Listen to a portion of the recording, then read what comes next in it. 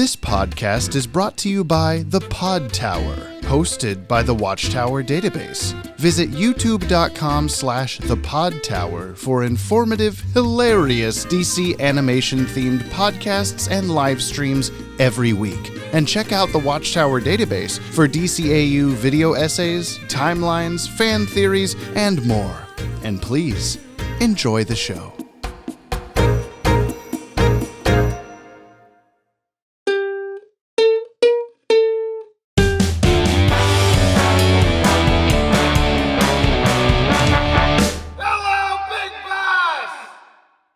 Three, two, one, and clap fuck. Now.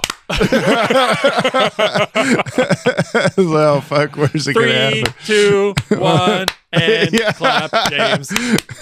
Clap, clap, clap. That's how we do it every time.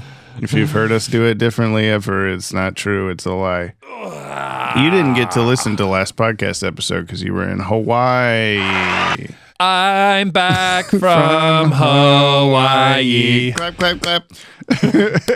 We do. That's what we do for a congratulatory thing. You just off to the side, all like salsa dancey. Oh yes. They go on the guitar. How you doing? I am having a harder time adjusting to this time zone than I was expecting. What time is it in your brain? 12:30. Wow, that's not too bad. AM. Oh. What's the time difference in there here? 2 hours. 2 hours. That's it? I guess. Yeah. Okay. I was thinking the other way, not the fact that we're like, Pacific Ocean right there. Yeah, no. I was thinking all the 90% the other direction. I mean, to be fair, like Hawaii is really close to the international date line. So if I just went like a little bit further, I would have missed a day. That's so neat. Time travel. It's so neat. We've done it. The Clock King. How do we even do Segway. that? Why? Clock King? Whoa. Do we clocking? Mm-hmm. What? This is episode 111 of Jump on the Bat-Wagon. Whoa! Make a wish. Go light your chakras, everybody. We're doing it. Light it, chakras. That guy. What are you, like one of those candy hawkers at a baseball game or something? Chakras! Get your chakras! I've unlocked all of them for you already. Just reach your hand out. I'll throw it to you. Except for you, Aang. You got that weird block thing going on. You're probably going to die. Blast of kinetic energy when you just reach your hand out. Like, oh, God. There it is. The final chi. It's the death touch that the ninja was trying to do on Bruce Wayne, where he just pokes him in the chest. You remember this? Yep. And they did. Yeah, I saw Kill Bill. Yeah, that's what I'm talking about. Yeah, I thought so. We do this podcast so that Brian forgets everything we've watched. Hey, I made a Tiger Twiger joke. You sure did. Day. You sent me a Snapchat. I remember. Yeah, that thing that didn't actually happen in the shows that we just made up. You did tell me that, yeah. That was part of the show. Don't you remember? I do. Your memory is pretty bad. From the Watchtower database. That's true. It is bad. And I'm Brian. I'm here to show my good buddy Brian. That's him right there. The entire DC animated universe from start to finish for the very first time in the controversial Airdate order. So he may view these shows the way human beings experienced them in the far gone days of the 1900s. We're all over the place today. At the time of this recording. 2:29 p.m. Yeah, 12:29 a.m. STAS, Superman the Animated Series, streaming on Max. My dog. And available on DVD and Blu-ray. Not my other dog, really, though. But we say it for the joke. It's the joke. And if you'd like to follow along, you can head over to bit.ly/watchdcau. Links in the show notes. Today we're watching Monkey Fun. The Space prediction monkeys. was a space monkey. Yeah. And that was pretty close. I liked it. And I thought, this guy, he's pretty cool when he said it. What do you think of that? I think we should move on. Oh, okay. This first aired Saturday, September 27th, 1997. Same day as last episode. It's a half an hour later. 9:30 a.m. on Kids WB. Ridiculous. It's aired number 26. Produced number 26. Champagne. Champagne. Wow. Pop it. If you, the listener, doesn't matter how old you are, pop that champagne. Yet, don't drink it. Don't drink it. You're not supposed to. Yeah, no. Just pop it. Twist it. Pull it. Do not aim it at a neighborhood cat. That's bad. Unless the cat asks you to, in which case you are Dr. Doolittle, and that's pretty cool. You can pop your champagne in the direction of Eddie Murphy. Oh, yeah? What do you have against Eddie Murphy? Dr. Doolittle. Very good point. Okay. This was written by Evan Dorkin and Sarah Dyer, who previously wrote Live Wire. What? The rhyming. I know, thank you. Directed by Kurt Gaeta, who previously directed Le Sac, Feeding Time, Stolen Memories, Tools of the Trade, Livewire, Identity Crisis, Target, and Brave New Metropolis. Less rhyming. Music is by Lolita Ritmanis. My guy. Who previously composed 7 episodes of BTAS, as well as Le Sac, Part 1, The Way of All Flesh, My Girl, Target, and Action Figures. And animation is by Coco/Dong Yang, who previously animated 42 episodes of BTAS. As well as Le Sac, Feeding Time, Stolen Memories, Tools of the Trade, Blast from the Past, Holiday Nights, Livewire, Identity Crisis, Target, Mix Yes Pixelated, Sins of the Father, and Brave New Metropolis. Buy us a coffee! Someone, please! It's been 3 episodes and no one's bought us new coffee! Whoa. You can hover over to the link in the description. You can hover over. I don't know what I just said. It's the link there. Send us a Yoppie beverage. Support the show. We'll give you a shout out in an upcoming episode. We'll also do a push up for every $1. So send coffee for our health and your entertainment.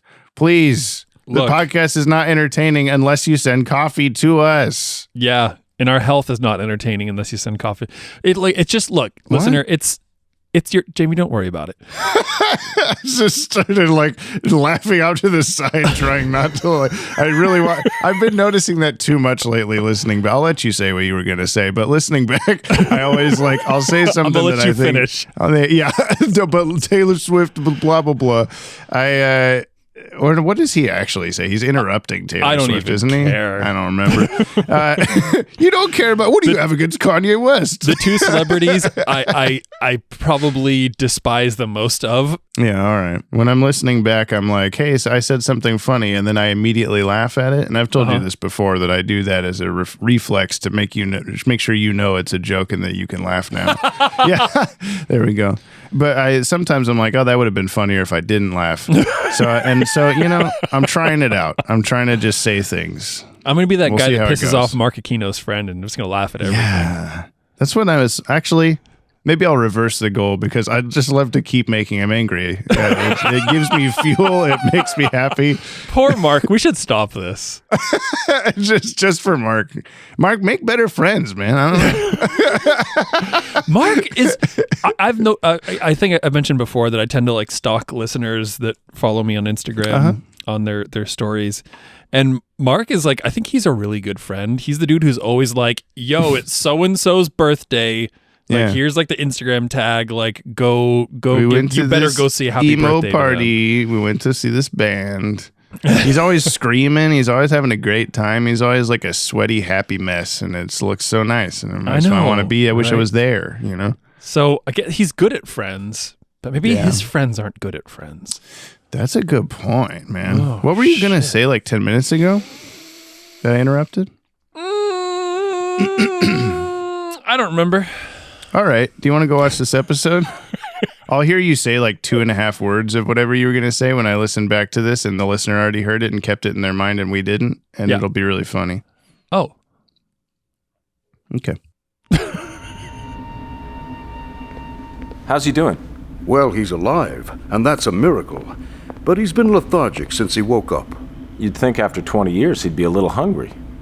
According to the records, he's twice as heavy as he was when they launched him. Titano! Remember me? Lolo? Lolo? I was 8, okay? Oh, my pretty little baby, you do remember. Oh, yes, you do. That's the most life we've seen out of him yet. Baby hungry? Looks like you're just what the doctor ordered. Lolo. Yes, I'd say resuming your old relationship with Titano would do him a world of good. What do you... Oh, wait. I have a job, a crazy schedule, and a tiny apartment. You can't expect me to... No, Titano, put down that vase. Give me back the remote. Come down from there! Sure was easier to have a monkey in the house when Mom did the cleaning. Brian, James. did you know Yeah. that in 2 weeks and 1 day from now, when you're hearing this on the day that it comes out... That's actually freaky. That's Wait, really can we close. I don't like that. can we just take a moment? That's actually a little bit much for me. We're going to be in person doing a podcast episode in Eugene, Oregon. And guess what, Don't say listener? Oregon like that. You're going to be there. You can if you want. You should. There's a little linky poo in the description of this where you can go and fill out a Google form that says, I'm coming to the thing. We're going to watch, whoa, I almost said the name of the episode. It's the initials are WF. And Jamie, how dare you? I was really, I really had to catch myself. I would have known what it would be called. Yeah, of God course. forbid. It's at Maude Kerns Art Center in Eugene, Oregon on March 9th at 5 p.m., something like that? Yes. This is labeled below also, so you're like, what the hell did he just say?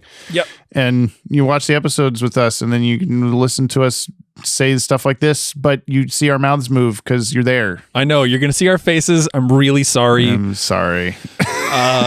We are going to take your questions and commentary live, baby. I'm going to be the guy that laughs in person. You're the laughing guy. Just the one. That's the only one that laughs at stuff. And then be a big monkey that drops down from the ceiling. And there won't be that. No. Well, maybe. Who knows? We never know. Sometimes they just fall through the ceiling. And then maybe we'll all do something after. We'll go for a walk holding hands. Yeah, through we'll a just park. go in a big straight line side by side, holding hands as far outreached as possible. It'll be a DCAU protest. Yes. Come to the thing. Yeah, come on out, listener. It'll be great to see you and have you there. And oh, by the way, did we mention that we're not selling tickets? Yeah. So if you're like, oh man, I don't know if I can pay for this, you don't have to. Just show up. And we're taking donations if you wanna. If you want to help pay But for the rental of the if you wanna space, help us, by God help us. Jesus but Christ. It's not required. We don't Yeah. want money to be a thing that holds people back from this. Don't want you money, your stinking money, okay? Go away. Do it. Don't come to this. Oh. We don't like you. Whoops. Oh, I'll cut that out. Don't worry. No, please come to the thing. Oh, God. It's going to be good. It'll be fun. Yes. We'll be there. Yes. Bring fidget spinner. We'll sign your fidget spinner. I don't think you can sign I a don't know. fidget spinner. And here's the podcast. Did you have some monkey fun? I did. I also had some monkey size. I had some monkey stare Size at, like SIZE? Because he No. grows big. Oh. No. Oh. Had some other monkey kind. stare at the James for making me watch these things. Hey, man. Hey, man. We've had worse. We sure have. Much more, why are we doing this than today? But, Agreed. Can you tell me, wait.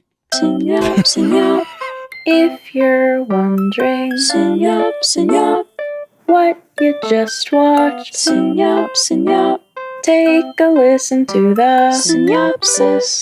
The short summary, which is sometimes kind of long. You better been making your monkey dance to that. Oh. I know, you gotta hold your monkey in front of the mic, make it dance. Dance a little dance. Now, can you now tell me what happened in Monkey Fun? What the fuck? Why was it doing that?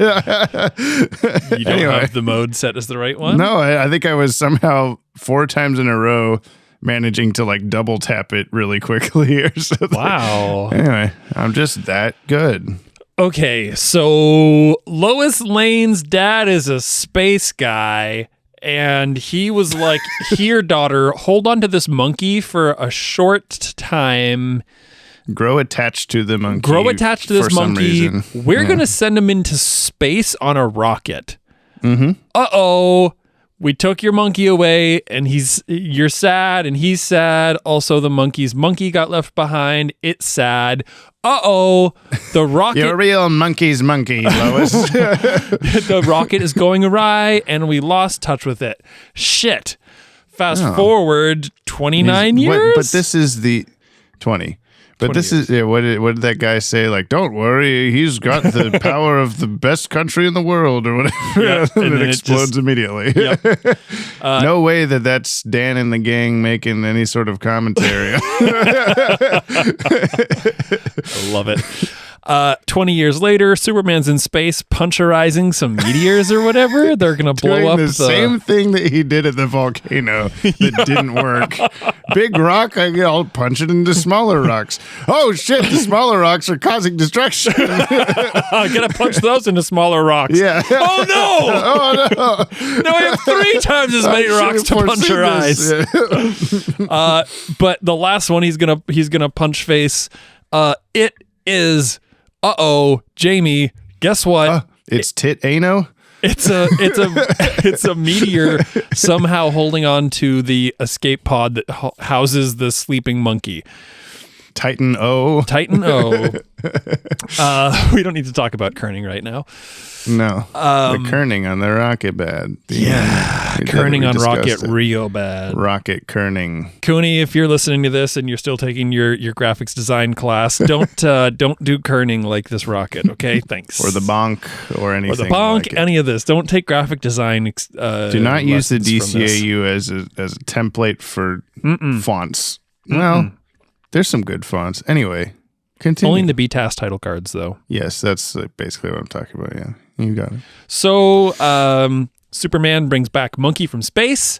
Space Monkey, goes grow. Oh. I'm jumping over the whole jellyfish scene. I'm sure the listeners are going to talk about on that. Yeah. Monkey now goes big because the yellow power of the sun or whatever makes Superman strong. Because the yellow, I thought that's what you were gonna like. Yeah, I guess. And now we got this like King Kong situation going on, and King Kong goes to the zoo and is like, I don't know, this shit should be free, and he like starts like freeing monkeys, and then the monkeys free lions, and this the lions, shit, meaning the animals. Yeah, not the event itself. Not the tickets should cost $0. I'm mad at the entry guy. So then Monkey's just on the loose, and Superman's like, I'm gonna battle Monkey, but oh man, I'm having an off day, Tough time, and I'm slow, and this monkey's slapping the ever-living shit out of me, and I keep flying in circles. Yeah, he's got one move, and Monkey knows how to like counteract his move or whatever.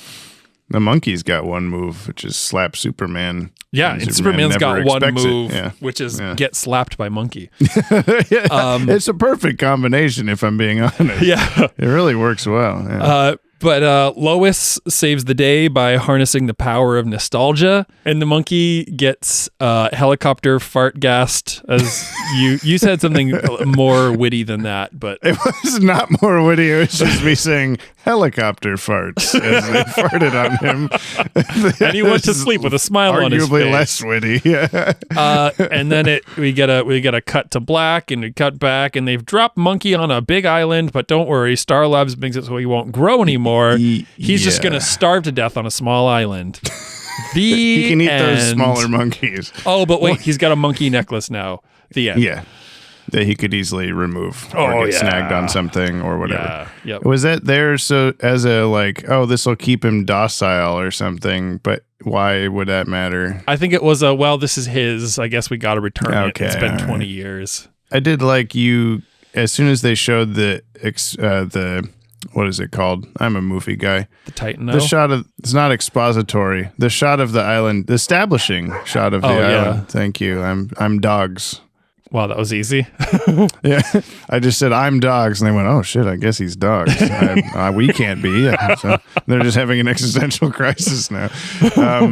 They showed the island, and you're like, "But he's gonna keep growing." And then one of them, Superman or Lois, is like, "Oh, it's a good thing Star Labs made it so he can't grow anymore." I'm like, "Oh, okay." I guess like it's just that easy. You just say, "Hey, don't." Superman, I fired my microphone that said stop. He stopped, I guess. I don't know. That's a little Deus Ex monkey now. Wow. I just did that, man. You just did that. I can't believe it. I just did that. Yeah, I don't know. This was okay.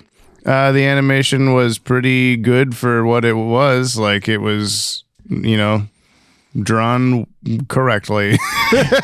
That's all I can say. It was drawn together. Except for that guy's eyeballs that were pointed opposite directions. That was my favorite part of the episode. There's a family like looking in on the monkey cages, and you're like looking at the monkeys like, oh, it's cool. You look at the family, and the dad is looking down and up at the same time. I wish I could remember why I knew that was coming, or like who pointed that out to me in the first place or whatever, but it's one of those handful of shots from throughout the DCAU that I just know is here comes that fucking guy with his eyes pointed the wrong way. It'll be forever from now, so it won't matter for me to spoil it or whatever, but there's a scene where Supergirl, who we haven't met yet, is flying around, and she comes to a stop in the sky and like looks down past the camera with a smile, and it's a really good shot, but the last frame of her turning and looking, her eyes just go twonk like a different wrong direction.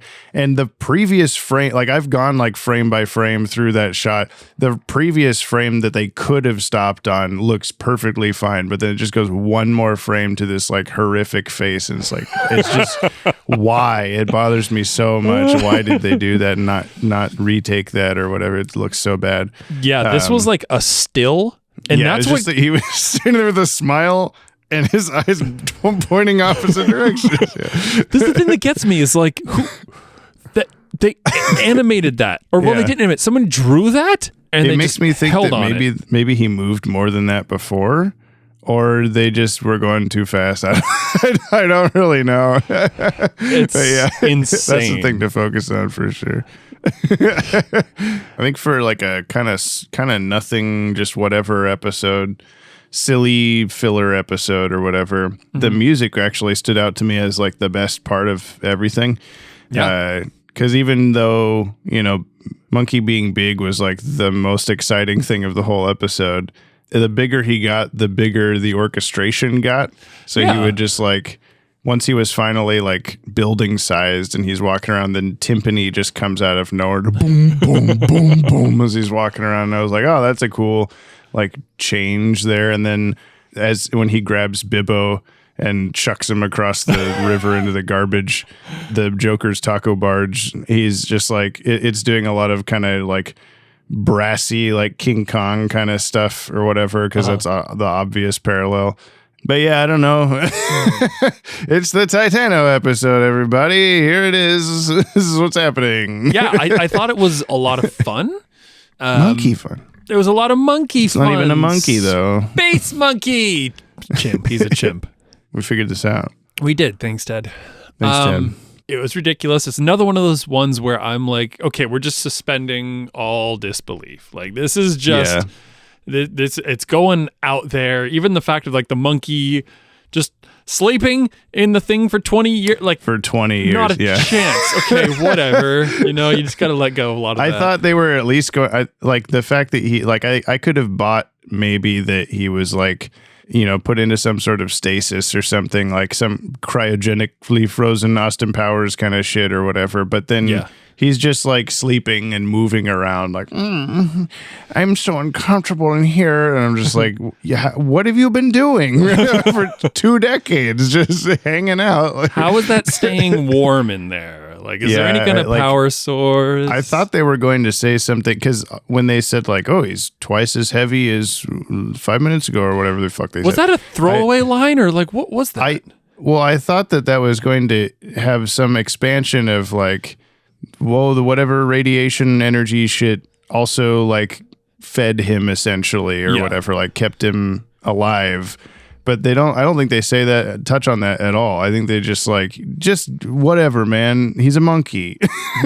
they don't really explain. I mean, they would have been a bunch of technobabble bullshit anyway, but they could have said something to the effect of like that what the radiation did. Instead he's like, there's blue shit and he's bigger now. Anytime the monkey stretches, he's blue. Yeah. I thought it was a little weird that the growth is incremental like that. Like it's not like he's like being, now I'm exposed to more air or whatever. Mm-hmm. He was just in the air. But I guess it's probably easier from like an art standpoint to not just every shot of the monkey he's like slightly bigger. Yeah. To actually do like here's the moment where he gets even a little bigger now, and now a little bigger, like in stages or whatever. Mm-hmm. But the amoeba things seem to just go from like microscopic to 8 feet long in like 10 seconds. Just immediately. You hear a scream from the other room at Star Labs. Yeah. And then Stock scream.mp3. And then these are they're growing, and they like the jellyfish amoebas, and they like engulf Superman. We made some hentai jokes. We're 5 years old. So, I don't know really what to say about it. Like, it was absolutely ridiculous, but we had some laughs. There's not a lot of substance in this episode. It's really? like I'm sitting here looking at myself on the webcam going like, James, you are sitting here with your professional podcast equipment talking about monkey fun. Like, what are you doing with your life, man? No, it's more of just I would never go out of my way to like, oh man, I'd really love to discuss monkey fun, or like, let's talk about how monkey fun changed animation forever, or whatever. Like, I guess the this reality doesn't have that stuff. No, the reality of this, I would guess, is, hey, Superman v King Kong. Your thoughts, writing department? Titano is like a comic thing, like happened in like 50s or 60s comics or whatever. Oh, really? So I assume that's just, well, we're going through the guys. There's this whole thing that I've been kind of holding off mentioning because it wouldn't have made sense to at the start, but like Bruce Timm's talked about multiple times behind the scenes of like how he didn't think Superman really had very many interesting villains like Batman does, where he's like, oh, like there's Parasite and, Brainiac and whatever, and then there's just a bunch of bald guys in suits. There's like, I don't know what to do with this. And so like Livewire, Luminous, that kind of, like they're making shit up. They're like, we got to make more guys. And Titano is not a made up for the show guy, but does feel like sort of a, not bottom of the barrel of monkeys, but like a D tier grab, like what else can we do? We could just do this kind of fun monkey episode. How about monkey fun? Oh, that's so good. Let's connect it to Lois. I don't know, just some kind of like borderline unusable idea that they made slightly usable, I guess. Yeah. And apparently the comics with monkeys sell well, so just do it anyway. I think that's kind of, I don't know. I think what you're touching on is sort of my gripe with S-TAS versus B-TAS, is that Batman's, again, there's some real bad episodes we've discussed. But things are like usually fairly interesting, but they're like relatively grounded. Yeah. This sort of like, there's a giant monkey. Now what? I guess there's a man bat in B-TAS. There sure is, man. All the same. You just kind of have to let S-TAS happen, I feel. Like, not that I'm not enjoying it. Yeah. But, it's stuff like this where you're just like, cool, we got a fucking giant space monkey. Awesome. Yeah, I mean, today I was working on something for the channel where I needed a quote from an episode that's like a dozen or so from now. Oh. And I went through to grab that quote, and then I just found myself just like watching the episode for a good 5 or 10 minutes, and I went, shit, like I shouldn't be doing this. Like I need to experience it like with Brian, as we go. And I've seen it a bunch anyway, but it was just like kind of like oh yeah, like this even though we're like halfway through the show, we're still in this like, you're meeting everyone, and there's another new guy, and here's another new guy, and here's another new guy. We had the Livewire Parasite team up or whatever, but we're just gonna continue to have these kind of like meet the characters, explore who they are, get to know them before we can finally start like, oh, and now the shit's going down or whatever. Well, and yeah, as much kind of shit as we're talking about this episode, not even in necessarily a bad way, but we still kind of are. It was cool that it was different in the way of like, okay, well, here's this villain that's not like really a villain. It's just a monkey being confused and like a little like overstimulated and larger even than... Turpin says that, like, I can handle this, and this, but what the fuck is this or whatever. Yeah, like and aliens. So, Superman seems like he's like trying not to like hurt Lois's pal. Yeah. Also, it seems as though he wouldn't have been able to if he wanted to. I'm kind of confused by that. He didn't outright say ever, like, I'm holding back because this is Lois Lane's monkey friend and I can't hurt it. But like, I was assuming that at first, that's what he was doing, because he was just getting his ass handed to him and he wasn't really, it seemed like he was not trying really. But then later, when the monkey gets him wet, he splashes water on Superman, and Superman has this look. He closes his eyes and like does a big sigh, and then he's just like, "I'm sorry, Lois. Your monkey, I just can't fucking take this. I'm gonna fuck him up," and like flies away. But then still just as easily gets his shit rocked by the monkey multiple times, thrown into buildings that then explode, and just all this stuff. And he's just having such a hard time. Where you would think, like, if this was, I don't know, and just like an alien monkey that he wouldn't feel like he couldn't just beat the shit out of. Maybe he would be trying harder. I don't really know. I mean, this is like, I feel like we saw in the Toy Man episode with the bouncing ball. Yeah. Like he's got like reaction speed and he can like handle unexpected shit. Oh, yeah. But this is just like, it's a monkey. It's swatting. Yeah. Oh, Superman, you got in the way again. It's kind of the pitfall of like the Flash or Superman or whatever being like a real fast guy, where he should be able to avoid like anything ever. Right. Like, because you'll see even in like a Spider-Man movie or something, you'll see like time slow down so he can like watch the bully's fist go by and whoa and all that stuff and whatever. Mm-hmm. Then you would think like, okay, so you can't ever be punched then, because everything is going that slow for you at all times. How could, it's like a fly, like trying to swat a fly, you have to be like ahead of them or whatever, like swat at the direction you think they're going to fly or whatever. Superman shouldn't ever be able to have anyone land a hit on him at all, but he's just like, oh, this giant hairy fist is coming at me. I better sit here in the air and let it hit me. I don't know. Yeah. Or maybe like we've talked about, where he has to like activate his speed or something. So, but wouldn't he have if trying to fighting a giant monkey? I mean, yeah. Oh man, who knows? Well, the cast of this episode is Tim Daly as Superman / Clark Kent, Dana Delaney as Lois Lane, David Kaufman as Jimmy Olsen, who fell off a fucking building. We didn't talk about Jimmy in this episode, did we? No, we did not. Scene. Interior. Jimmy babysitting monkey. Uh-oh. Monkey grow big. Jimmy gets scared. Official screenplay format. Uh-oh. Monkey get big. Jimmy gets scared. Jimmy try to stop it. Jimmy run away. Jimmy run to balcony. Uh-oh. Banana peel. Jimmy slip on banana peel and fling himself off the balcony to certain doom. Fucking luckily, Superman's flying by. He runs out a door. And I just assumed he's on the ground level, like on the street. And running to the hallway or something. Yeah, there's a banana peel on the floor, and you said, "Oh, Banana peel says okay." And then banana peel, he slips on it, and he says, "Okay," but then he just cuts to him falling like 40 stories, and we just went, that was the balcony? Like, what the fuck? What were you planning on doing? That's the thing, is like, he's like, okay, I'm going to run away from the monkey. Cool, Jimmy, got it. Yeah. Where were you going to go on a balcony? Yeah.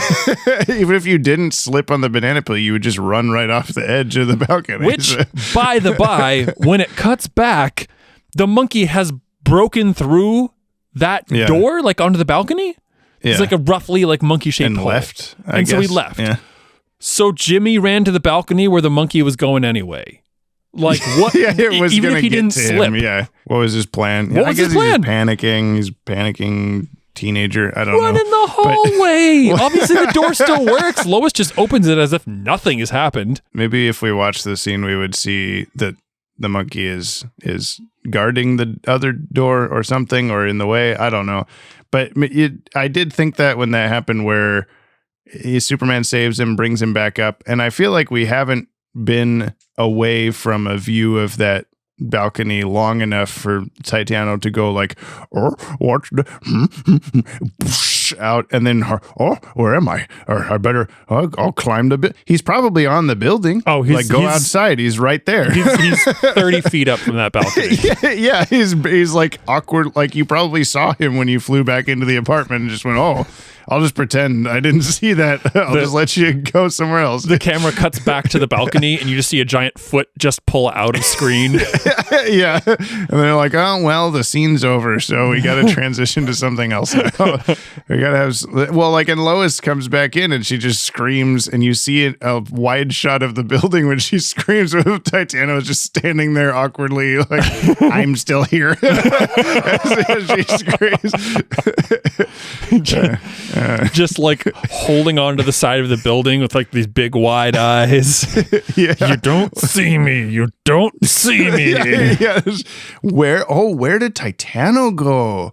Oh, has anyone seen, like playing with a toddler, has anyone seen my monkey?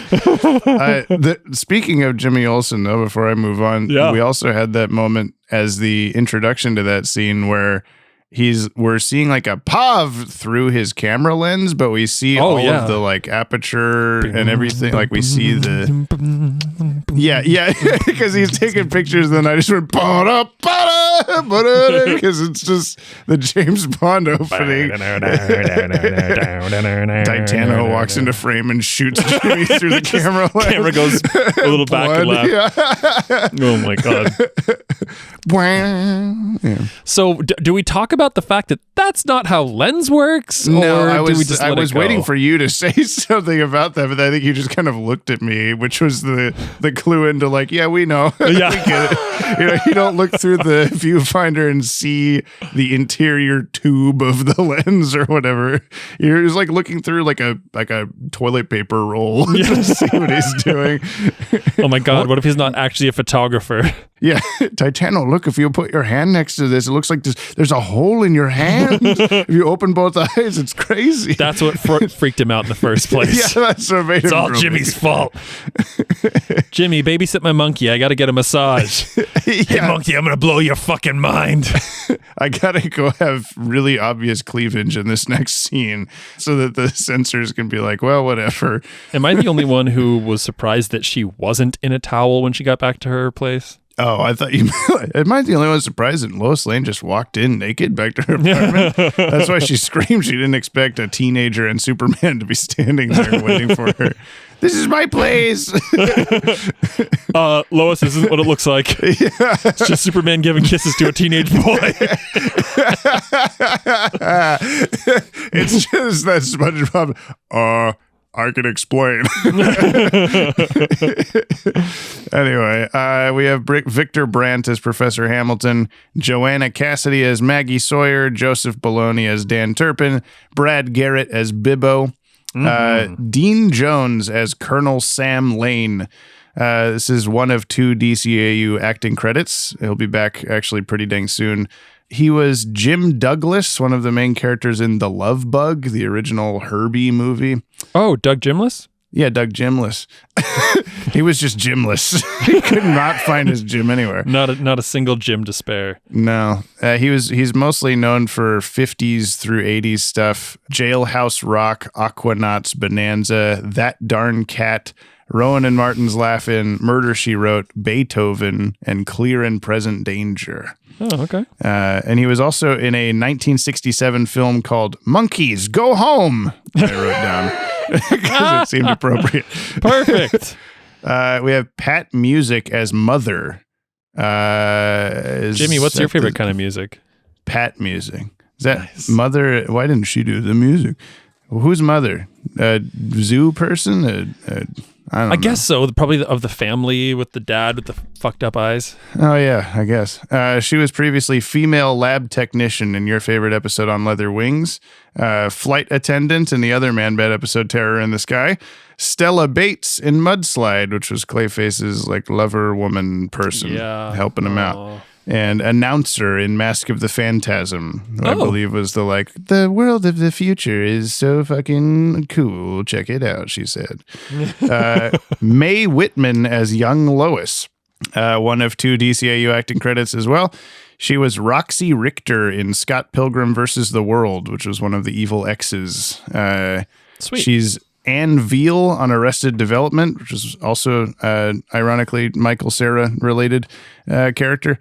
Wonder Girl in Young Justice, Batgirl in DC Superhero Girls, and Batman Brave and the Bold. April O'Neil in the 2012 TMNT animated series. Oh. She's Tinkerbell in a bunch of direct-to-video Tinkerbell movies, which all I'm sure are just wonderful. The last 2, pretty cool. She's Little Susie in Johnny Bravo. So the little girl, little redhead girl, pesters him all the time. And she is Katara in Avatar: The Last Airbender. I'm sorry. What? What? Yeah. So how old was she when she did the S-Test? This? I mean, I don't know, man. Younger than Avatar. 97 was this episode? Yeah, but Avatar's like 04, 05 or something, I think. That's So fair. it's not Wow, that far how? off. Yeah, I know. How? 20 years ago or Avatar, something. The Last Airbender television series 2024, James. You're so wrong. Oh, I'm so sorry. That's the one that comes out in like the day this podcast comes out or the day before it or something. Oh, really? Netflix live action version. It looks fine. I'm actually going to watch it. Yeah, we are too. But Twitter thinks it looks bad. And Twitter I trust. 2005 and Okay. Anyway, yeah. She's Katara. Little Lois. She's also Baby Rose on Duckman, Private Dick. Oh my fuck. Okay. I also wrote down, I didn't know this, she's the daughter of Pat Music, who played Mother in this episode. So it's an interesting, I don't know why they're tag teamed, but there they are. Cool. We have Aria Curzon as Lucy, Lois's little sister. This is her only DCAU acting credit. She was in several Recess episodes as Teresa Cornchip Girl LeMays. Got that for you, Dylan. So I opened up her IMDb and I saw that she was credited as Ducky in Land Before Time. And I'm like, oh, that's kind of cool. Mm-hmm. But then I thought to myself, like, oh, I'm pretty sure that the woman that played Ducky originally died like partway through the series of movies. So yeah, this girl was Ducky in the Land Before Time 5 through 14. Why are there so many? And she was also a character named Jessica in one episode of Andy the Android Dick, which is not Duckman Private Dick, but it had Dick in it, so I figured I'd include it. Andy the Android Dick? Is this Yeah, I looked it up. I'm not really quite sure what to make of it, what it is. It looks like maybe like a series of shorts or an indie film or something like that. Indie series, I don't really know. I'm wondering if this is a Philip K. Dick, the android's dream of electric sheep thing. There's a lot of words that cross over there, yeah. That's kind But I don't know that it is related at all. I'm going to go a little bit out of order here because I feel like that this is a better way to end the cast. But we have Frank Welker as scientist, who was a guy that said, oh, look, it's the monkeys in the thing. He's ready to go. Previously, Isis, Catwoman's cat, werewolf effects in Moon of the Wolf, Thug in Demon's Quest, Serpent in Main Man, Creature in the Promethean, and Evil Creatures in Mixed Pixelated. Wow. As opposed to just normal creatures. And then last we have Vinnie Paul as Boy. And now I'm not sure. Listen, no. Yes, it is that Vinnie Paul. What? He's only ever acted in 17 other things, 14 of which are Pantera music videos because he is the original drummer and co-founder of Pantera. Yeah. I have no idea why he plays I don't know, presumably some child in this episode. But Wait, sorry, what was the name of the character he played? Boy. So I don't know. What the fuck? fuck? Yeah, I have no idea. It was very I have perplexing. questions for Dan. I really do want to know. Like, did he just want to be in a Superman episode? Was he just hanging out at the studio? Like, what's going on here? Yeah, like how you knew his name too. Like, I didn't expect that. I knew you'd know Pantera, but I didn't think you would know who Vinnie Paul was. Bro, Vinnie Paul's a legend. Are you kidding me? What? I'm so perplexed. I'm trying to think of is he the little boy that's just like, monkey jumping on my back? Like, that's the only boy I can think of that would have said something in this. There was a little boy in the family with the dad with the messed up eyes who was like, big monkey. Yeah, okay, maybe. Also, why is he doing the voice of a child? I don't know. There's so many layers to this. Why is he there at all? My name's Vinnie Paul. I'm a hard rock drummer with a big old beard and a cowboy hat. Can we? I'm just a big fan. Can we get you to say, "Look at the monkeys"? Like, there's a monkey on me. Could it be that like somebody has like maybe there's like a music video or maybe there's something and they just like ripped the audio from it and put it in the yeah, they're like, I'm so forced to credit confused. him. Yeah, I don't know. Okay, we're done recording. I'm gonna just hey Dan, Dan. Behind the voice actors. Vinnie Paul is it's the boy on the mom's back. Okay. That says big monkey. What? Okay. What? I want to hear this again. Like, just to know it's him, yeah. Is it the same Vinnie Paul? For real? It is, yeah. Mm-hmm. I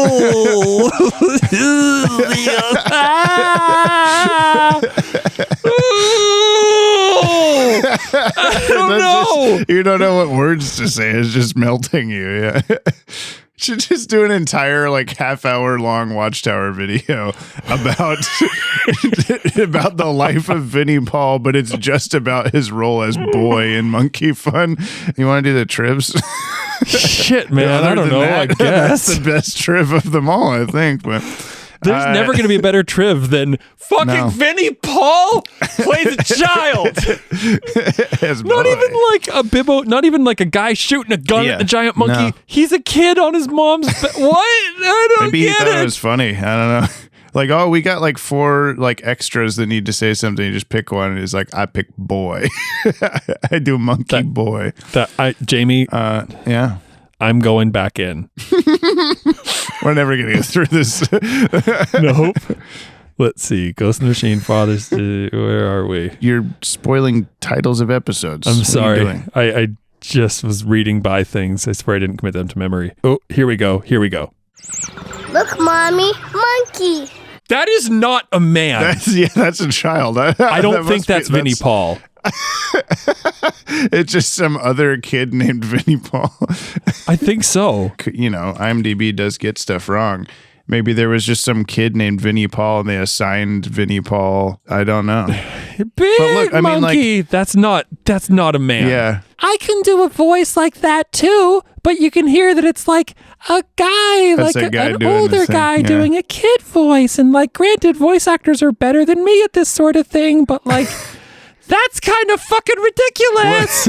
Look, listener, I'll try to find out before next episode whether it's the Vinnie Paul or a Vinnie Paul, and then I'll update the Vinnie Paul IMDb with whether it's him or not. Wow, thank you. In the meantime, did you know that the two of the kids at the zoo threatened by the lions resemble Bobby and Sarita Felix from Action Figures? Oh my God, yeah, totally. Backwards baseball cap kid is just the same character model as Bobby from that episode. Oh my God. I don't know that the girl is actually there. Like that might just be a similar looking kid, but I'm pretty sure that the baseball cap kid is just literally that kid from Action Figures. Yeah. That looks really. He'll show up like 6 other times too. Seriously? Lucy Lane, Lois's younger sister, was previously mentioned in Mixia's Pixelated right before Mixie turns everyone in the Daily Planet into animals. So Lois's line was, every time my sister visits, she just moves right on in and stays and stays and stays. And then she's like, is that a fucking penguin walking through here? What's going on? When questioned by Clark Kent about her nickname of Lolo, Lois Lane replies that at the time of Titano's launch, she was 8 years old. As 20 years have passed since the launch, that makes her 28, marking one of the few times in the DCAU a character's actual age is confirmed. Wow. We can just rewind 20 years from whatever the year is in the timeline, and you know what year Titano was sent into space. It's so nice and helpful. That's great. That must have been that must be a real big one for you. Rewind 8 more years, you know when Lois Lane was born. It's so cool. Wow, that's mad. Things like this do make me happy. The name of the toy monkey that calms Titano is Beppo, which, what did we have? Just bingo. And we both just like, no, it's Beppo, you fucking idiot. In the Superman comics, Beppo was the name of Super Monkey, a monkey from Krypton that Jor-El sent into space on a test mission and later found his way to Earth, where he gained the same powers as Superman.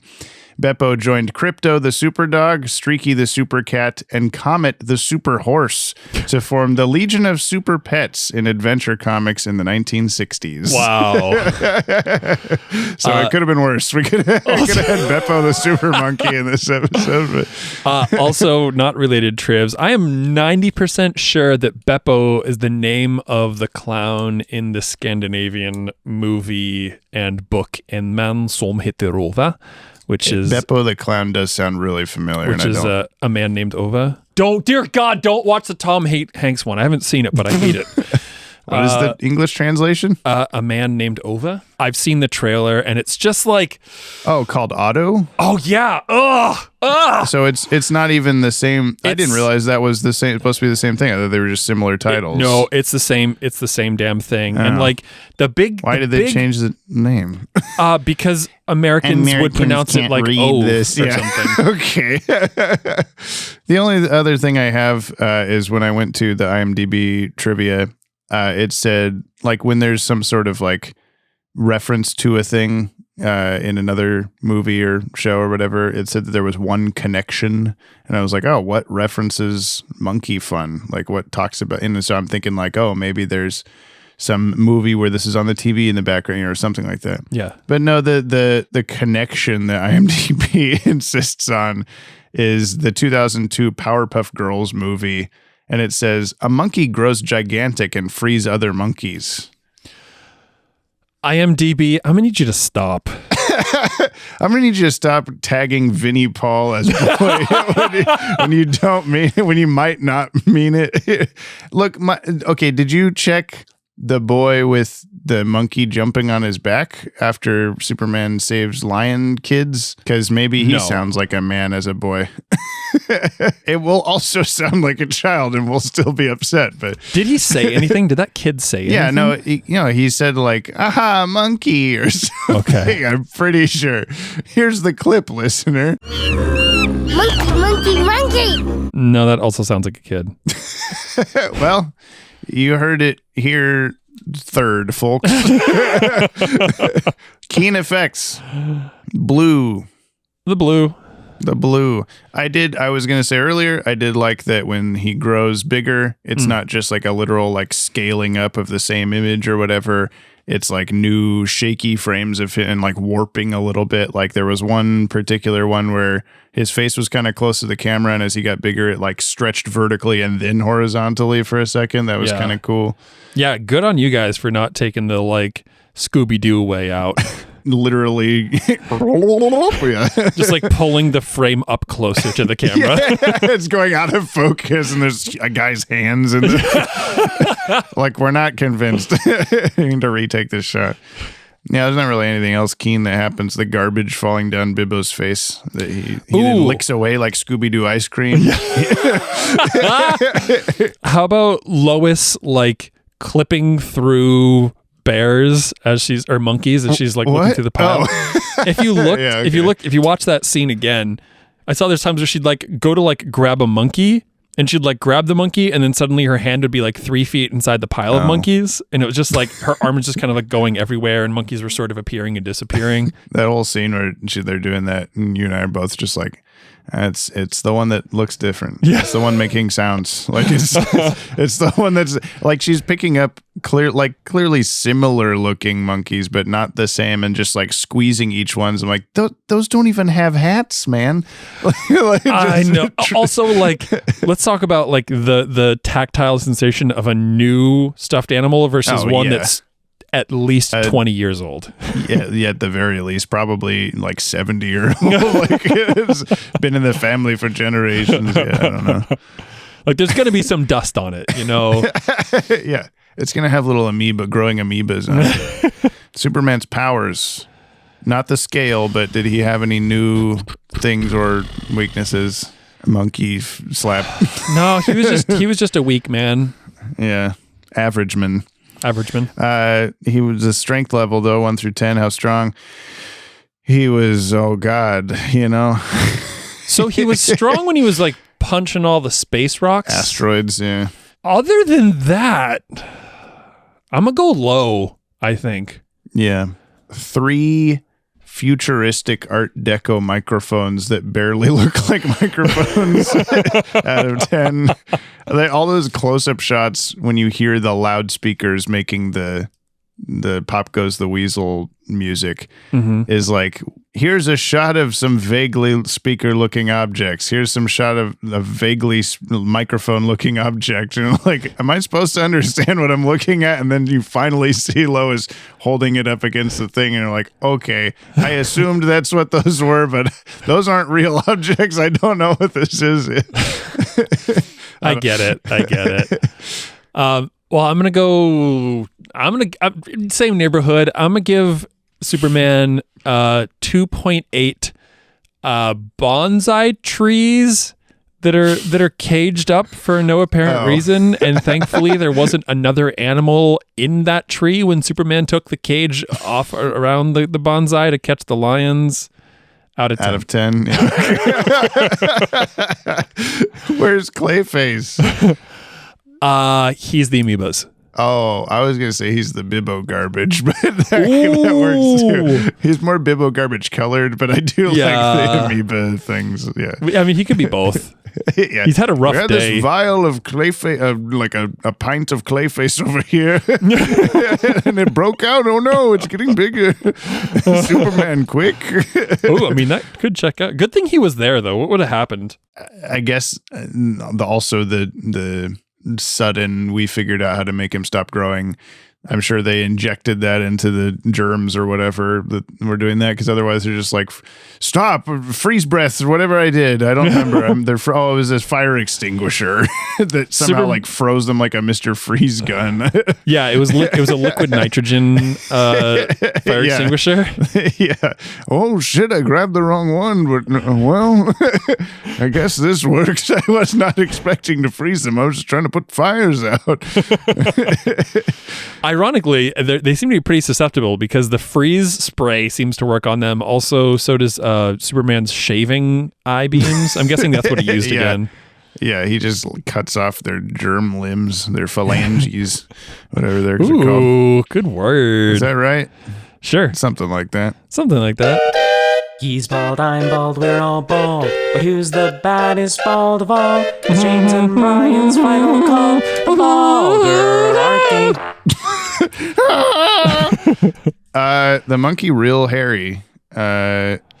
What other the fucking the germs, the amoebas. I guess that works. I give it to the amoebas, yeah. I'm gonna call it big as, like those cheeseburgers you find at gas stations. Amoebas. What are you doing buying gas station cheeseburgers? No, not me, my friends. I have one time. It was awful. Don't eat it. Okay, John, are you listening? It was Will. Will, I should not have been surprised. Big as chicken sandwich. Not good. Makes your tummy hurt. Books or hip hop? Hip hop.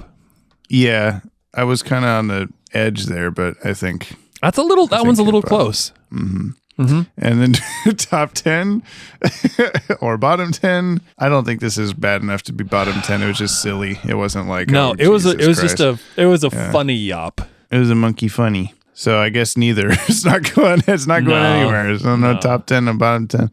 The middle 10, Dylan. Okay, we're gonna do mail. And then tell Brian the name of the next episode when we come back, and he tries to guess what it's about. Yeah, I've already seen the title of it, but I can't remember what it was. Yeah, exactly. You're fine. Yeah. That yacht. and one small extra yop put it over. We dropped What we drop? our weekly yop Oh yeah, those. into the comment box. First, There sure was a lot. now Jamie's mad. Too bad we're all At least I am. just Dylan Paula. Drop. No. Were you being a Ryan Hip or something? Yes, absolutely. Okay, this is from Brad. Oh, wait, what do I say? If you want to reach out to us like the fire hand at the end of the Cat in the Claw Part 2, you can send a punctuated email or a 60-second voice message to batwagonpod@gmail.com or leave a comment on today's episode on the Pod Tower YouTube channel. But please don't spoil anything past this episode for Brian. Please. This is from Brad. Salutations, my sweet lads. I have good news. This episode helped my brain damage by jogging my memory a teeny bit because the themes and iconography reminded me of the political undertones in certain superhero films. Do you think... I don't know if this is about Monkey Fun or if it's about Brave New Metropolis. It's Brave New. It must be that. This isn't monkey related. Do you think Zack Snyder would be confused by this episode? I imagine he wouldn't see anything wrong with the fascist Superman and wonder why Clark Kent just live in this ideal utopia. Anyways, I want to thank you boys for trying to help with my amnesia. I don't think your guess for Dylan Pollock was correct for my nemesis, though, because how can Dylan Pollock be my enemy if I am Dylan Pollock? So I suppose my journey towards enlightenment continues. Let me know if you find any leads. May God bless your tender hearts, Brad. Thanks, Brad. I could be my own enemy. That's true. Not that hard. LexCorp cares. Alternate universe corrections. Just writing in to confirm a few key differences between our Lex and the other universe's Lex. He's not our guy, but they did have some pretty slick uniforms. Anyway, till next time, keep it fun, friendly, and corporate casual. Love LexCorp. Hey, James and Blandon. Nice to talk with y'all. This is LexCorp here. Just wanted to clear up a few things. I heard about Miss Lane's reporting from the planet about an alternate universe Lex, not our Lex, obviously. Our glorious leader would never do that, and I wanted to clear up a few things. Obviously, the Man of Steel, we hate him. We get our hello kiss when the LexCorp employee comes into Metropolis, of course, but once that smooch happens, every employee has to swear an oath of vengeance against the Man of Steel. Second thing is our ejectors always work. They are never faulty. Don't care what LexCorp product you buy, whether it's a phone, whether it's a car, whether it's a baby stroller, you hit that eject button, you are shooting out of there every time. stroller. That is a LexCorp promise. Hey, where do I put the death ray? The death ray? I mean the friendship ray. Put it up there on the shelf to the left. Death ray? Yeah, put it with the knives. Okay, cool. Thank you. Anyways, gotta go. Have a great one. I love how we all involve our girlfriends at one point or another in these things. I mean, LexCorp employee, fellow LexCorp employee. This is from Free Metropolis Army Colonel Mike. Okay. Warning, you are picking up an illegal frequency. Desist at once. This is Colonel Mike, mayor in exile of Free Metropolis. So this is the alternate universe mayor. I invite all metropolizers to take part in the Metropolinch resistance. As you might remember, I was the chief of staff of previous mayor Franklin Berkowitz until he fired me for taking a vacation to Arizona while no one was looking. After that, Superman suddenly became a fascist, and the mayor surrendered to him immediately and left for a resort in the Bahamas. I have spoken with the governor of whatever state Metropolis is in, though, and he says National Guard won't invade until Superman is dead. I asked Batman to do it, but he said he has enough crap to deal with. Then I asked Flash, and he came back with broken legs. So speed that assassination thing up, will ya? It's been really sad in Hamilton Hill's basement ever since Jordan was arrested for drug use. Wait, what's that? What's that noise? Oh, fuck, it's Superman. If anyone's listening, erase my browser history before my mom sees it. Wait, you're a good guy now? Prove it. Mwah. Okay, that's the Superman I know. Thank you so much. Wow. This is from Colin. All caught up. Whoa. Hey there, Busy Bee and Jay Bird. You've been a busy bee catching up on the podcast. Well, I managed to hit my checkpoint and catch up to the current pod all on the same day. Now I can join the listener and slow down my rewatch of the DCAU down to one episode most weeks. Well, shit. But at least I can finally share my thoughts on the latest episode, like solar power. So anyway, I'm looking forward to the Welcoming Flesh Tent episodes. That's what WF stands for, Welcoming Flesh Tent. And all the fun that will bring. I wish I could join in, but I'm all the way on the opposite side of the country in Party Bus, Florida. For now, I'll just keep working my way to my 60-second message so I can finally earn the right to send in my one single voice message. Thanks for all the laughs and stay Yoppie. He said 60-second, like 62. instead of a 60-second voice message. Oh my I God. get it. That's a good one, man. That's I hadn't great. thought of that. So astute. Also, is that Miami? Party Where's the bus, Florida. Yeah, I hope so. This is from Ryan Hip, Turpin, Jimmy, Angela. Angela Chen is the key. Bites leg. It's everybody's favorite for really reals. It's Brave New Metropolis. What's extra special about this episode is it premiered on my 4th blurb day. I can't remember if I actually watched it that day, but I do remember going to Chuck E. Cheese that night in a Chris O'Donnell Robin costume. I was adorable. I've mentioned before how there's one episode of this show that really embodies why the recent movies and this series approach Superman the same way. It's not this episode, but I do love how nearly 20 years before BVS, they did a story about an alternate timeline where the death of Lois causes Superman to become the fascist pawn of one of his greatest adversaries, and at one point someone reaches through a bright flashing portal to shout something about Lois Lane. Lois! Am I too soon? And while the movie gave Superman an army of stormtroopers right out of World War II, this Saturday morning cartoon put a literal Nazi symbol on his chest. What the fuck? What were these people on? What was this network on? Why does no one ever talk about this? I love this fucking show so much. Holy shit. So, bye. You're right about him! You've always been right about him! That's the Flash in Batman v Superman was making those quotes that you were confused looking about. Okay. We have a new review, 5-star review on Apple Podcasts. What? It comes from longtime listener Davin Deptuk. Thank you very much for that. Says, if I had a time machine, the first thing I would do is go to the future so I can listen to more new episodes of this podcast. Aw, that's very nice. Thank you. Wow. I wouldn't do that. Yeah, there's so many other things. I go back in time and kiss baby Hitler or whatever Ted said. It's from Jordan Newman. Gotham Insider / Musical Minute. Frankly, this stuff doesn't even faze Jack Ryder anymore. Same, Jack. You're listening to the Gotham Insider, reporting live from Metropolis. Tonight's top story, Star Labs is apparently messing with some sort of device that creates interdimensional portals, and am I the only one who thinks it's a bad idea to weaken the boundaries between dimensions?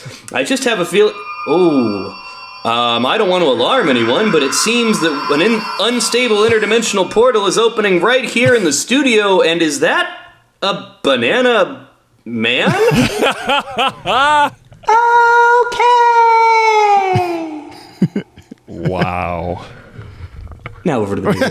I really liked the authoritarian Superman theme. Thought it was fun. Fun twist on the thing. There were lots of cool musical moments in this. Surprisingly good emotional music when the people are being taken away from their little hideout in the Resistance. Mm-hmm. Never apologize for loving your fandom and try to stay optimistic. We now know what Banana Man sounds like, I guess. It's the official canon to the podcast. Ooh. Dylan Pollock, Brave New Metropolis. He's a very stable superhero who wants a huge statue of his head in the middle of the city. Don't do this to me, Dylan. It's time for the Thoughts of the Week from Dylan Pollock on Brave New Metropolis, or Making Metropolis Great Again. This is the most Twilight Zone episode of Superman ever, and it really doesn't feel very Superman-y for the most part. It just feels more like you're entering another dimension. Anyway, Jimmy and Hamilton make no rush to grab Lois when she is, like, dangling in the portal. And you know what? To be fair, I wouldn't have either. I ain't risking my life like that for a coworker. Something I never noticed before that I noticed on this watch, why does Dan Turpin not recognize Lois? Other people seem to be like, oh my god, it's Lois. Also, it's clearly been a long enough time that Jimmy has grown a freaking mullet, but he's only been able to sprout like 12 facial hairs. Poor Jimmy. At what point did Superman say to himself, rather than just end up in normal clothes, I'm going to go with this dominatrix outfit? It was a bold choice.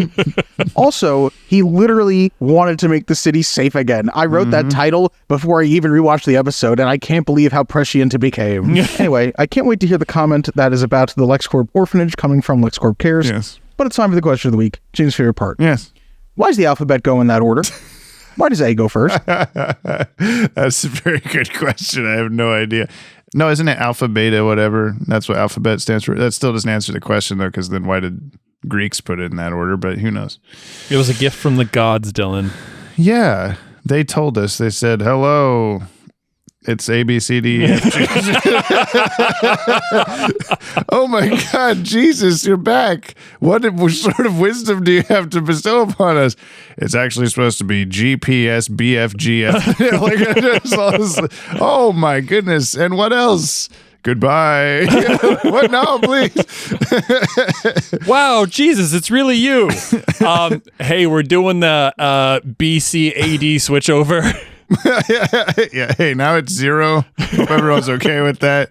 You know how we've been counting down for the past several thousand years? Yeah.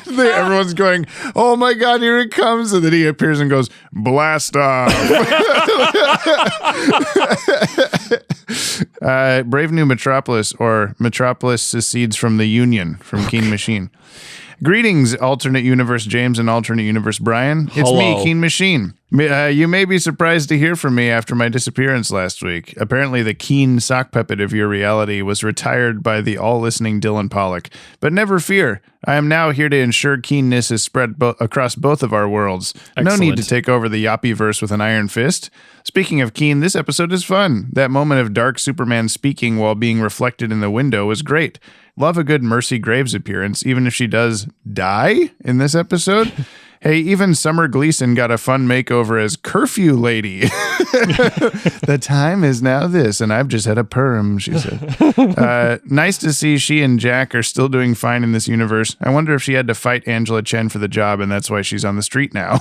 All in all, a quality episode. It's nice to see Lois be the main character for a change. Final note, if I learned that someone was simping for me so hard that they turned into a tyrannical overlord because of my death, I'm not sure if I'd be complimented or freaked out. Kinda hot though, not gonna lie. Keep it keen machine. Yeah, I don't know. I guess you'd never know. So it's fine. This is from Luke Moreno. Finally caught up. Woo! Hello, Jim Jam and Brother Broderick. Oh, I haven't done it with the rolls in quite a while. It's true. They put multiple R's. After months of trying to fit the podcast around school and Young Frankenstein rehearsals, what? I finally caught up. Brian was in Who are you playing? Now tell us.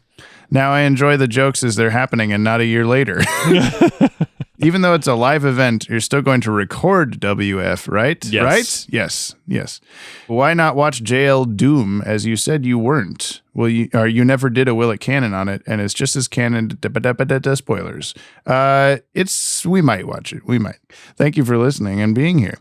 Tipped Apricot, Contemplations on Brave New Metropolis. Subheader, or I guess pockets insulate kryptonite just as well as lead. Yeah, he did just keep it in his suit jacket or whatever until revealing it. Oh my God. All right, here's some quick and rather judgy contemplations on Brave New Metropolis. Welcome to it. I really want to like the premise of this episode so much, but it just makes itself really silly to me most of the time. It's an episode that I think would have benefited from being split into 2 parts to allow for some actual development and world building. I know it's a one-off, but it feels like it just zooms, and sometimes it doesn't even know what it's doing. Like, why did Lois spider crawl up the monument? What was her goal? Because it didn't seem to be to run off Lex's big bald head, but she tried anyway. Or like going into why this Superman turned so quickly on a dime after Lois's death, when I don't think that our Superman, from what we've seen, would do that, even if he was grieving. Like, what is the difference between these 2 men? I do think a moment that really hit was that last brief lingering shot of Bad World Superman alone after Lois leaves, because it was that moment of silence and all the noise that makes you realize more of the impact, and like how everything that we saw there is still left to clean up. That hit for me, and I think it was done well, but I think the concept of this episode and the moral conflicts and handlings within could have been done infinitely better to a more finesse degree if given the right time and handling. That's all. Yeah, maybe a 2 or 3 parter or something would have been helpful, but I don't know how you would have really stretched it out, like the concept. I guess just give it more time to breathe or whatever. Yeah, it just have to be about like our dear Tapricot. Our dear Tapricot. Our dear, like just the world building itself. Like there's definitely a lot of space for that, and you're like, whoa, it's inverted Gotham, or not Gotham, yeah, Metropolis, inverted Gotham, maybe aka Metropolis, still, whatever. I don't know. It's another world. We got all the bananas saying goo goo gaga, all that stuff. Nice. Banana Baby said, I've never felt closer to James and Brian as they both yelled, Dad! Because same. Where's my father? Or where's my mother? Where will they ever return? Is everything okay? Banana Landlord, Banana Woman has paid the rent. This is satisfactory. P.S. The last episode's comment was backwards because it was Namananab who sent me a rent check. All right. So he's still hanging out. He's still here. Batgirl Fangirl, Brave New Metropolis. I wonder, did the alternative Superman encounter all the non-avoidable adversaries and predicaments that our Superman did in our universe after Lois's passing? What did he do about the Prometheon, Mr. Mxyzptlk, the erupting volcano? Is Metallo still walking under the sea? There's probably no Luminous in this episode, or in this universe. I doubt he raced the Flash for that matter. It's fun to think about, though. That's a good point. By the way, I love your impression of Professor Hamilton, James. It always makes me laugh. Really enjoyed the episode. I'm a fan of alternate reality stories. This was right up my street. Keen podcast, guys. 5 stars and 5 alternate reality machines that I thought had basketballs attached for some reason. Leno Lacola, now you're playing with power. Nintendo solar power. Mark, I'm glad that you got Mark Aquino, Brave New Metropolis, or Lois in Fascism Land, or damn it, Jimmy, if you had only been faster to grab Lois's hand, none of this would have happened. Anywho, this was a good episode, although I've seen many people say that this would have benefited from being a two-parter, and that's a fair assessment. But you know what truly was evil? Alternate Jimmy's mullet.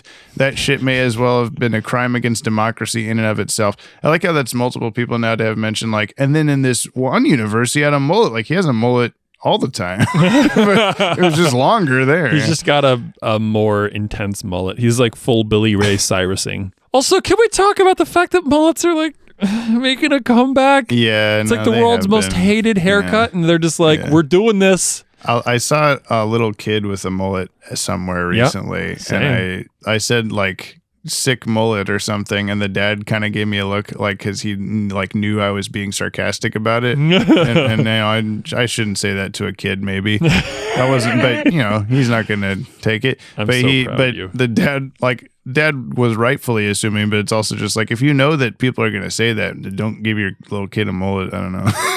I can't wait for that to go away. By the time this week's pod is dropped, everyone's favorite greeting card holiday, Valentine's Day, will have gone by. So I'm curious, who's your DCAU Valentine? We all know Brian's is Bullock and Clayface, but what's yours? Is that directed at me? Must be. Bullock, Bibbo, and Dan Turpin in a room together. Making out hardcore. Also got emails from this most recent one that I'll try to blast through. This is from Dylan Pollock, Monkey Fun. Monkey see, monkey do, monkey DCA all over you. Wow. It's time for the Thoughts of the Week from Dylan Pollock on Monkey Fun, or hitting them corners with that Lolo girl. AKA, the last episode was a bit too dark for the kiddies. Here's a funny monkey. This is a fine example of parenting, telling a child a bold-faced lie. Don't worry, honey, the monkey I'm shooting into space will be fine. And then bringing her to watch his space shuttle get wrecked. Anyway, can we talk about why Superman doesn't just push the meteors out of the way instead of punching and creating many, many more meteors? We've seen him do this before, and it's not a good strategy. You're in space. Just give him a little tap. Tappy tap. But I do love that King Kong exists in the DCAU, and it's adorable, his little necklace at the end. Titano has his bling from Lolo. Anyway, it's time for the question of the week. James' favorite part. What are your thoughts on Brussels sprouts? Because I feel like people are trying to make them out to be a good thing all of a sudden, and Brussels sprouts are disgusting. Wait, you know, didn't we do this? I think we talked about this already, but yeah, it was a big bus trip where I ate Brussels sprouts for the first time, and I went, oh shit, these are actually pretty good. Sorry, Dylan. When did we talk about that? Probably on the podcast. I don't know. Dylan's the only listener, and he doesn't even listen. There's I think it's the Tom Hanks Brussels sprout movie. Don't even watch it. It's a half as interesting video from almost a year ago on why Brussels sprouts don't suck anymore. Go watch that. Is it like a genetic modification? Yes, it is. Oh, well, I didn't get to try OG Brussels sprouts, I guess, but whatever.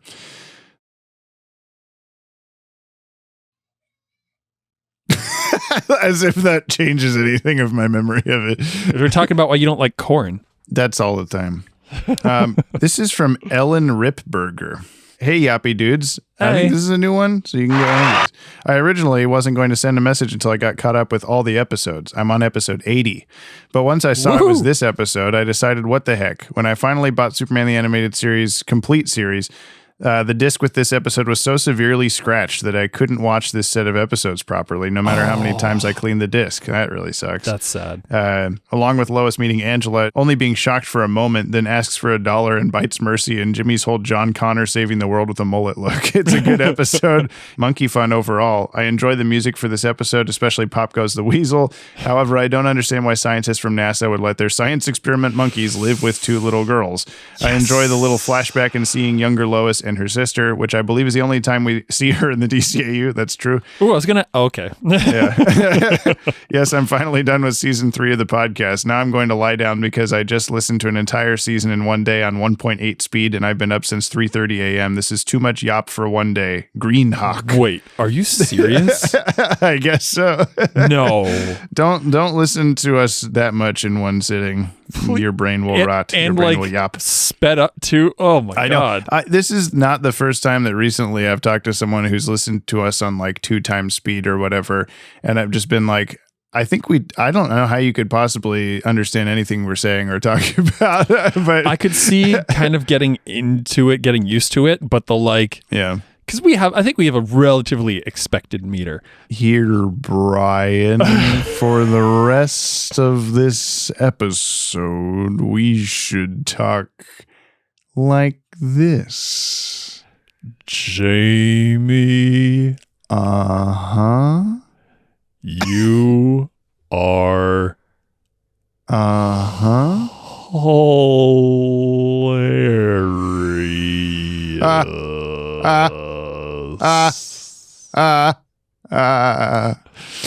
All right, but that's like, really tough. When anyway. you get folks like, I think a couple times Tip Tap Ricotta has like flown through a message. Yeah. And we're just like, what? Can you imagine that on 2 times speed? 2 times speed, yeah. Ryan Hip, the Monkey Fun drinking game. You'll know what to do. Oh, good. Drink. Monkey! It's everybody's favorite. Enough monkey business, we've got work to do. Monkey work. It starts when the Lane family is conned into buying a monkey. Would you like to buy a monkey? And when they realize it can't do any neat circus tricks. Hey, monkey!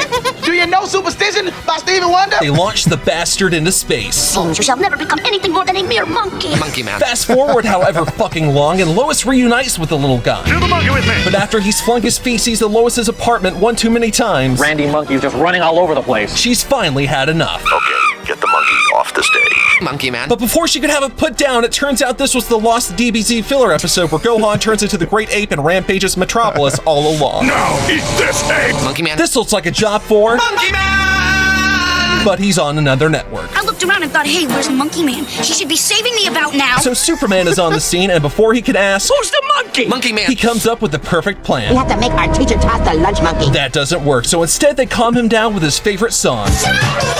But since they couldn't afford Peter Gabriel, Monkey Man, they settle for Pop Goes the Weasel, and everyone learns a valuable lesson. Never trust a monkey! The end. Monkey Man. Oh, wow. You need to lie down. Don't listen to that on 2 times speed.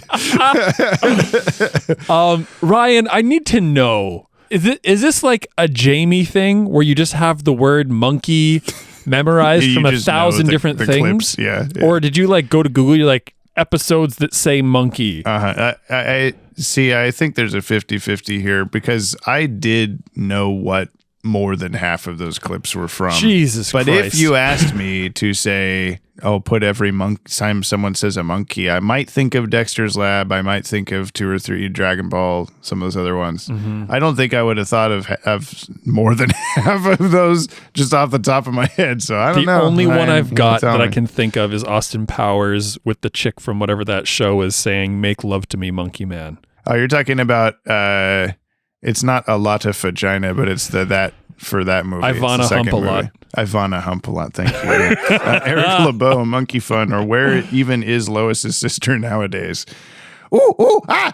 Translation. Well, it seems I've been somehow zapped and transformed into a chimpanzee. Here's hoping this gets resolved within 24 minutes or roughly 32 comic book pages. Well, I think I found Superman's silliest episode for sure. Insert whatever monkey-related pun that hasn't been used yet. This is one of the episodes I remember most from watching the series on Jetix. So watching again, certainly it took me back. Pretty all right episode, despite being ostensibly sillier in terms of premise and anything we've seen up until this point in the DCAU. But the fact it works so well within Superman's tone and that it's better than some of the other serious episodes really shows that you don't have to have a serious premise to make one interesting, especially in the superhero subgenre and in the DCAU in particular. I just got to say that naming a creature Titano can only result in so many possible outcomes. It'd be like naming your son Maxi Zeus. There are only so many outcomes you can predict happening with them. Lastly, I'm pretty confident Brian didn't have the experience of hearing the phrase, just shut up and keep squeezing the monkeys on his DCAU bingo card when he signed up for this. Judging by Brian's track record, I'm going to guess he either wants to just sweep this under the rug in his memory or he absolutely loved it, either genuinely or ironically. Either way, I'm sure he would have preferred if the episode featured a giant crow instead. Till next time, keep calm and yap on. This is from Red Roar Roa. Red Roar Roa. Red Roar Roa? Hello, Dwayne the James Johnson and Stone Brick Steve Austin. That's a good one. I finally caught up on the most recent episode of the podcast. Now I can react in real time to your jokes. Another one? Another one. Oh my God. I think we might have had this one before, but there's too many of you. I can't keep track anymore. Leave me alone. Dylan, quit making new accounts. I just want to say in the last Metallo episode, as he was slowly saying his name back to himself, I could only think of him when he comes back saying, I am metal. I hate Superman. I am Metallo, like the I am vengeance speech. Says, sorry for the long message. That was perfectly short. Take your meds. Don't let it spread. It's red. Oh my goodness. What a sign off. This is from Lanola Cola. Holy Star Trek Mirror Universe, Brian and James, is the episode Brave New Metropolis, aka an evil Superman from another world. What a novel idea. Put on your best Terminator future / pseudo Star Wars Empire getup. Lex performs 9/11 on himself. Oh, Jesus. Alternate universe stories where a hero goes bad. Tales as old as pop culture itself. A fun romp overall, but I figured it would have started differently. Like the star of the episode with the experiment at Star Labs was set in the alternate universe. And the experiment would have been the incident that killed alternate universe Lois. And we see the fallout of everything from alternate Superman's perspective. Oh, that would have been cool. That would have been incredible. Also, it would have raised so much controversy of like, well, how do you know that that's not the universe that we started watching? Yeah. No ejected shells from the firearms in this episode. I'll get back to y'all faster than Lois running around in heels throughout the episode, predating Bryce Dallas Howard doing that in Jurassic World. Lois's sliding kick with her injured leg to take down Mercy, and that mother and child reuniting at the end of the episode till we yap again. Lanola Cola follow-up for monkey time, monkey fun, monkey business, whatever the fuck it's called. Alternate origin story for Simeon from Dexter's Laboratory. How long until Lex employs giant primates to defeat Superman? Oh, he's named Titano because his rocket's call sign was Titan Zero. Oh, is that what that was supposed to be? I just thought it said Titano on it. I went back and forth because when we first see it, it looks like Titan space O or Zero. Oh, yeah.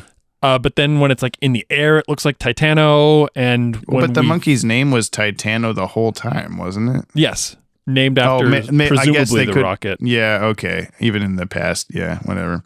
Not going to lie, this is a silly episode. Well, thank you for telling the truth. From Jimmy slipping on the banana peel to Superman being outmatched by a giant monkey to the dilemma of finding the right monkey to stop Titano's rampage. It's pixelated in terms of a funny, silly episode or a bad, silly episode like I've Got Batman in My Basement. Mm-hmm. It was just monkey fun. Mm-hmm. Lastly, that animation of Superman punching away the bumper cars was awful. Yeah, it really was. What's Superman doing? Yeah, he just cuts back to punching cars. Yeah.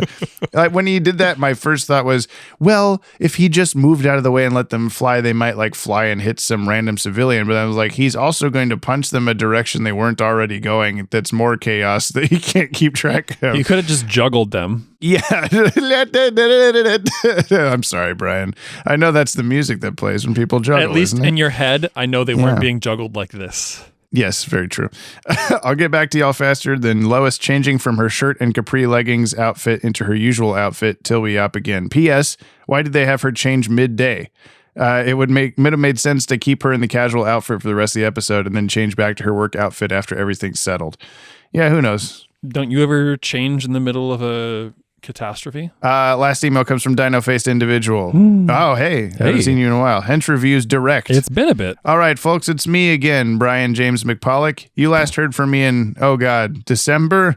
Last time you heard from us, we were deciding on which of the 3 different peoples we will be selling Hench Reviews to. The options were Jimmy Valiant and Brian Manley. Shit. Alfred Pennyworth and one Dr. K. Side. We have decided to settle this war the only legitimate way we can, rolling a D6 dice, which I am legitimately doing to decide this company's fate. And the new owner of Hench Reviews is Dr. K. Side. Congratulations, sir. Hench Reviews is now proudly a part of the Apocalypse family. Great, thanks. The fate's decided. Cool. Hey. Tip Tapricot says, James, did I mishear you, or did you somehow have Way of All Flesh on your Yop 10, but not Lasak, despite Lasak being at the top of your Superman? Tip Tapricot, we talked about this. You can do whatever you want with the Yop 10. Listen, come here, come closer. Listen, if there's an episode above it, it doesn't matter. If you just go, wow, that deserves to be on the Yop 10, you just do it. Okay? The Wilhelm Scream says, all right, I just watched the first episode of the pod, and now I'm watching this. I'm just glad Yoppie Dudes made it this many episodes. I'm sorry, there's a listener called The Wilhelm Scream? Yes, there is. I need to have that on the soundboard, I guess. I'll just edit it in. Should. There it was. Wait, so you listened to the first and then this one? Just skip to this one? Okay. That's the stuff you missed. Yeah, there's a couple things in the middle there. That means they don't even know Dylan Pollock. They do now, because you said it. Euphonium Star. Brave new damage report. LexCorp research building wall. Jimmy's shirt. His shoulder seems unharmed. 2 guns. Newsstand, sidewalk bench. Another car. A gun. 2 resistance hideout doors. Lois's jacket sleeve. Cop car wheels and engine. Lois's leg. Helicopter light. Yet another gun. LexCorp doors. Lex Luthor's desk. Lex Luthor's jet. Lex Luthor. Luthor / Superman statue. I love Lex Luthor on the list. I love these more than I should. It's just a list of things, but for whatever reason, it always makes me giggle.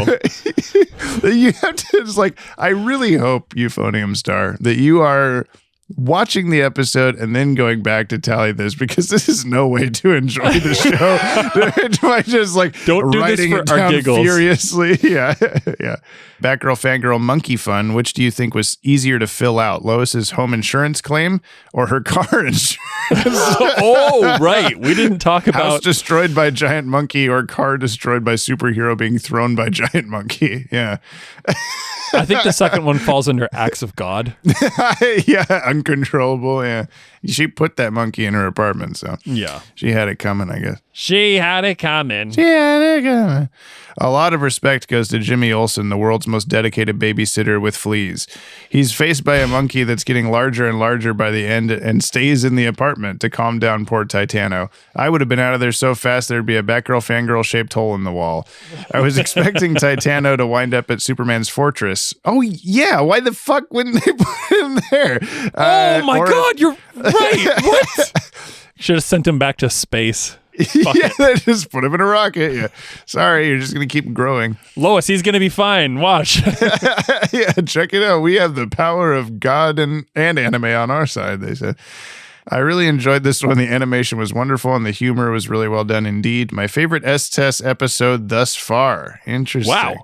Keen podcast, guys. 5 stars and 5 really cute Beppo toys. Thank you.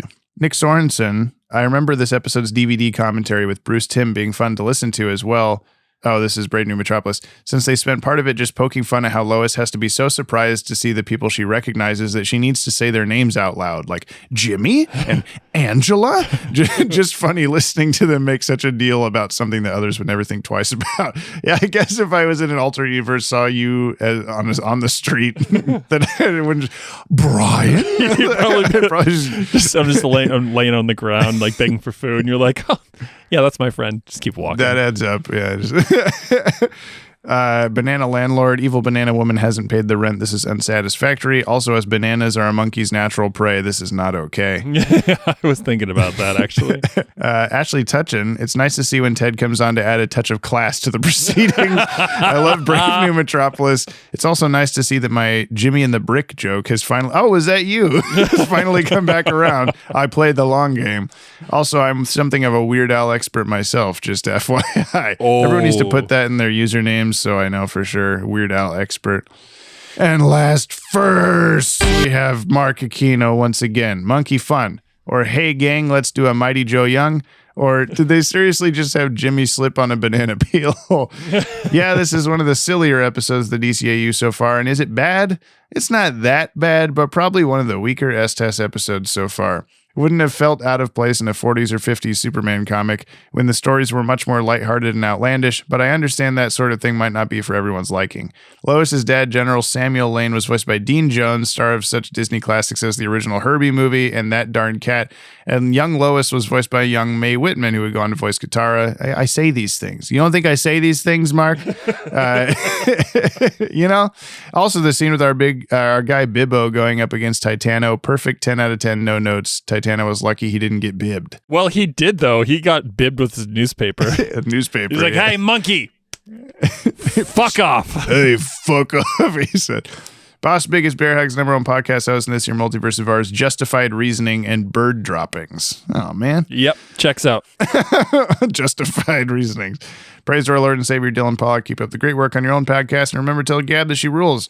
Likewise to all his loyal disciples, all the names, you're all the absolute best. Don't you ever forget that. Superman, get your stinking paws off me, you damn dirty ape. Now pucker up. Until next week, big old whoosh, I just flew away. And he didn't give any kisses to Titano. The fact that that's just now become a thing, that's become lore as well. Superman kisses everybody. Yeah. Also, should we just take if Mark's putting in all this work giving us new names each week, we should just introduce ourselves as that the next episode.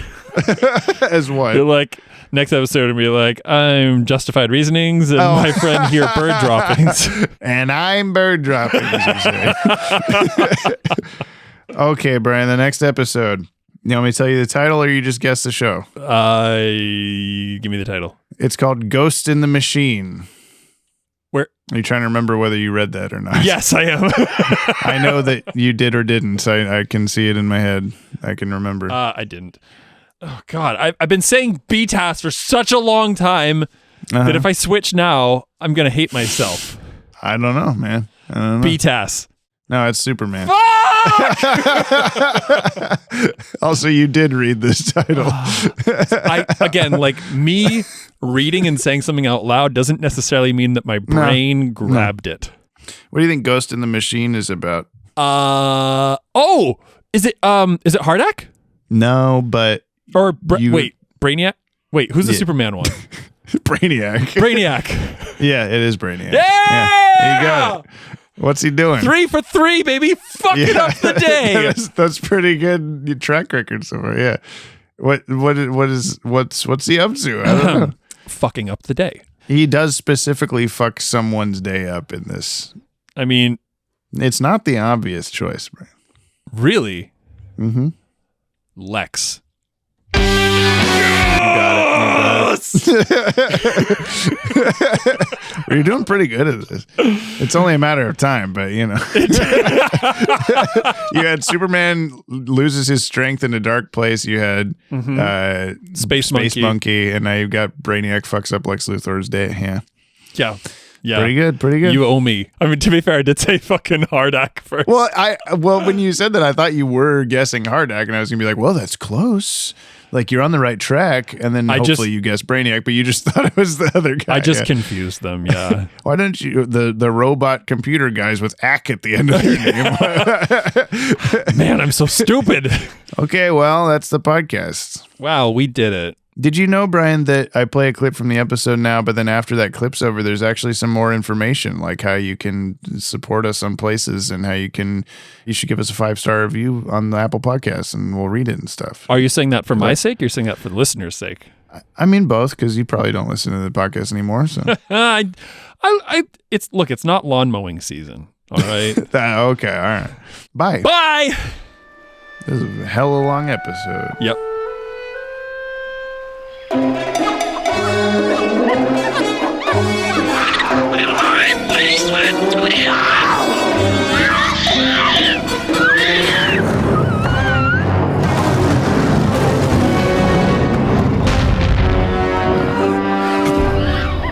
He should be fine here, Lois. Now that Star Labs has stopped his growth spurts. I guess I have to say goodbye again. Though this time, I don't think I'll miss him quite as much.